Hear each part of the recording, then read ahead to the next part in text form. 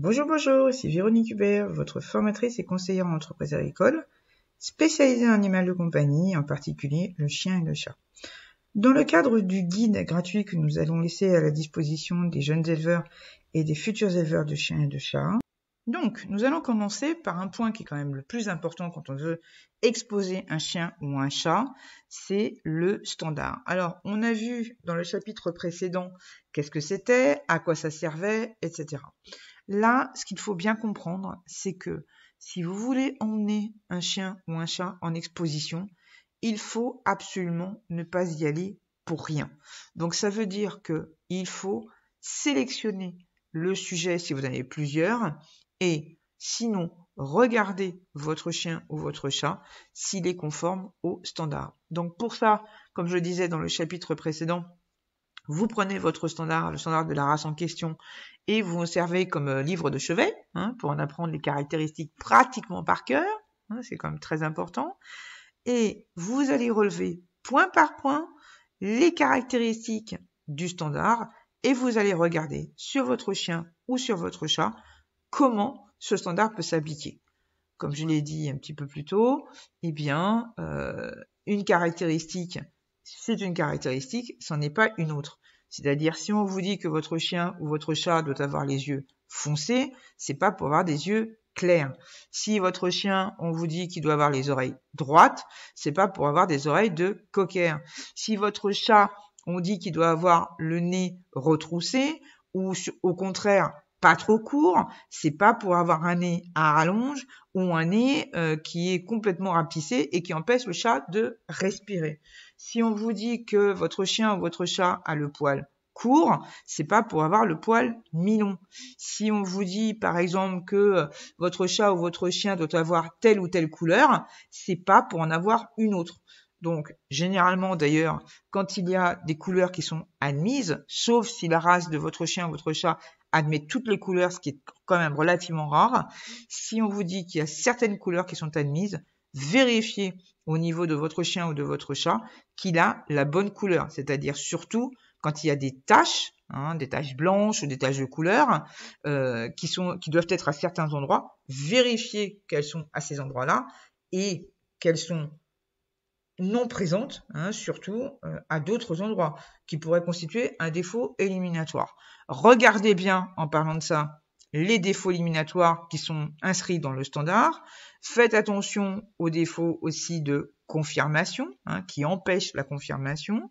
Et veillez justement à ce que le chien ou le chat que vous allez emmener en exposition sera conforme à ce standard. Alors, ensuite, ne pas confondre être un beau chien ou un beau chat et un chien ou un chat qui est confirmable.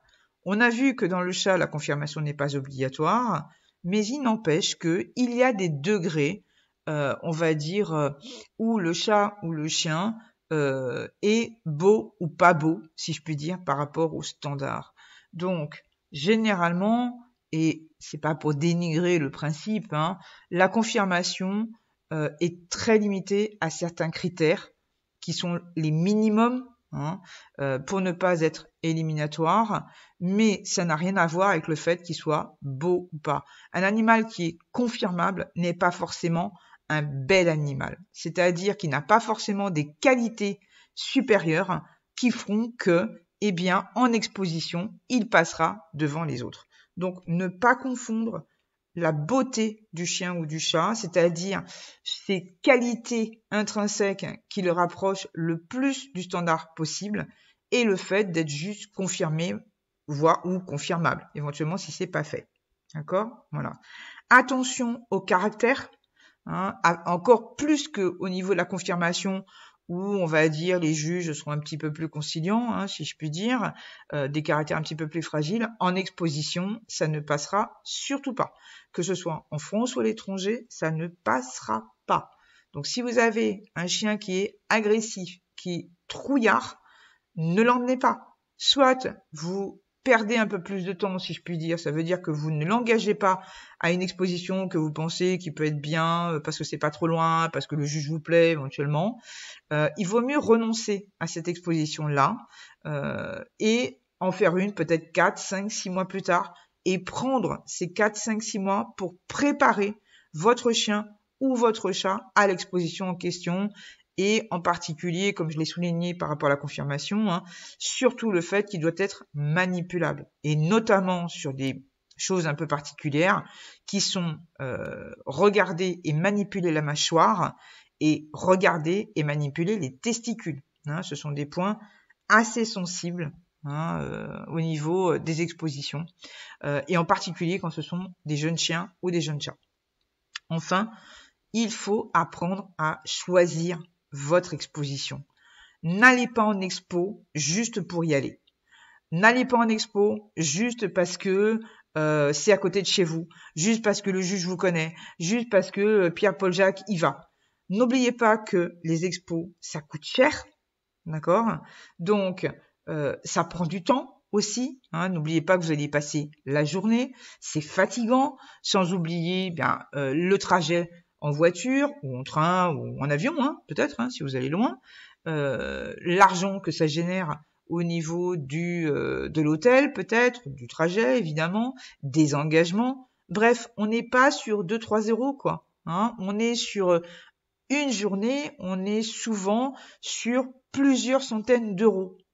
D'accord? Donc, ça veut dire que même si vous en faites une par mois ou tous les 2 mois, 3 mois, on parle de plusieurs centaines d'euros. Alors, pour ceux qui étaient là avant 2002, n'oubliez pas de multiplier par 6,57 pour obtenir des francs. Hein. Donc, vous allez voir un peu les sommes que ça donne, quoi.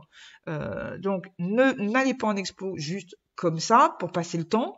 Aujourd'hui, à moins d'avoir une fortune personnelle, à moins d'avoir de l'argent, je dirais, parce que vous avez un super job et que vous avez un bon salaire, donc ok, pas de souci, ou peut-être un conjoint qui travaille bien, qui a un bon salaire aussi. Hein, mais si, je dirais, vous avez des revenus relativement limités, sans être pauvre, hein, c'est pas le souci, mais en tout cas relativement limités, ne dépensez pas de l'argent pour rien. Hein.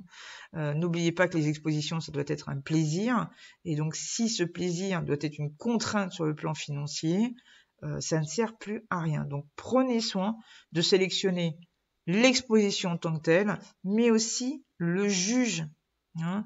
Alors, généralement, si vous êtes un jeune éleveur, vous ne connaissez pas les juges, hein, sauf si vous avez été exposant pendant X temps, hein, et que vous démarrez l'élevage peut-être que après peut-être plusieurs années, hein, ça peut.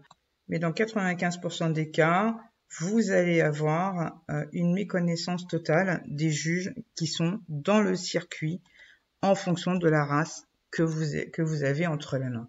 Donc, ce que je vous conseille, évidemment, c'est de contacter votre éleveur, qu'il soit en France ou à l'étranger. Hein. N'oubliez pas que vous pouvez très bien avoir importé un chien ou un chat de l'étranger. Il y a des chances que si c'est un éleveur qui a de la bouteille, hein, à qui vous êtes adressé, qui est déjà bien renommé, il y a des chances pour que cet éleveur tourne aussi en exposition depuis un bon moment. Donc n'hésitez pas à lui demander des renseignements sur tel ou tel juge. Alors pas forcément sur le fait qu'ils connaissent ou qu'ils connaissent pas la race. En général, surtout au niveau du chat, moins au niveau du chien, surtout à l'heure actuelle, on a quand même des juges qui tournent souvent et donc qui connaissent relativement bien la race qu'ils jugent. Hein. Il y a des pays comme l'Australie et l'Angleterre, par exemple, où la majorité des juges sont des anciens éleveurs. Hein. Et de ce fait, eh bien, ils sont considérés comme des spécialistes de la race qu'ils jugent, et d'ailleurs ne jugent pratiquement que celle-ci durant l'année. En Europe et en France en particulier, on est plutôt, en niveau du chien en tout cas, on est plutôt sur du juge qu'on appelle multirace, c'est-à-dire qu'il juge beaucoup de races dans une journée, dans un week-end, voilà. Donc ce que je vous conseille, c'est surtout de demander non seulement si le juge il est connu, hein, pour voir un petit peu comment il fait, etc. Surtout vis-à-vis des exposants, mais aussi vis-à-vis du chien ou du chat qui juge, mais surtout demander quel type éventuellement de chien ou de chat il aime par rapport à la race que vous avez.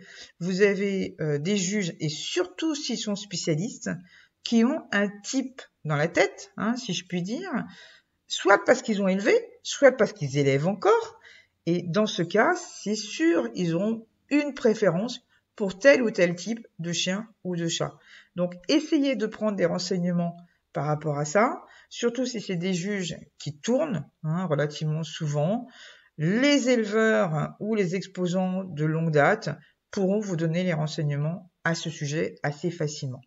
Voilà, donc tout ça pour dire qu'il faut préserver votre porte-monnaie, non seulement en fonction de la distance, mais aussi en fonction du juge. Si vous voulez y aller par plaisir à l'exposition, allez-y en visite, si c'est pas trop loin.